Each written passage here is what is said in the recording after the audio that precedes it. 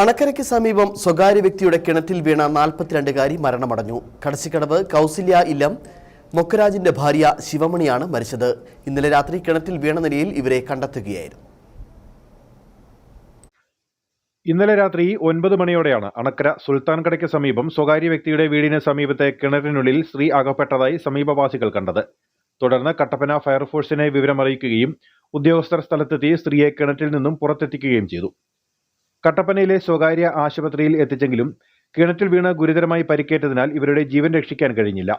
തുടർന്ന് ഇവരെ തിരിച്ചറിയുന്നതിനായി പോലീസിന്റെയും ജനപ്രതിനിധികളുടെയും നാട്ടുകാരുടെയും നേതൃത്വത്തിൽ നടത്തിയ അന്വേഷണത്തിൽ കടച്ചിക്കടവ് സ്വദേശി മുക്കരാജിന്റെ ഭാര്യ ശിവമണിയാണ് ഇത് എന്ന് കണ്ടെത്തുകയായിരുന്നു. അപകടത്തിൽപ്പെട്ടതാണോ ആത്മഹത്യയാണോ എന്ന കാര്യത്തിൽ പോലീസ് അന്വേഷണം നടത്തിവരികയാണ്. മൃതദേഹം പോസ്റ്റ്മോർട്ടത്തിന് ശേഷം ബന്ധുക്കൾക്ക് വിട്ടു നൽകും. News bureau, Anakkara.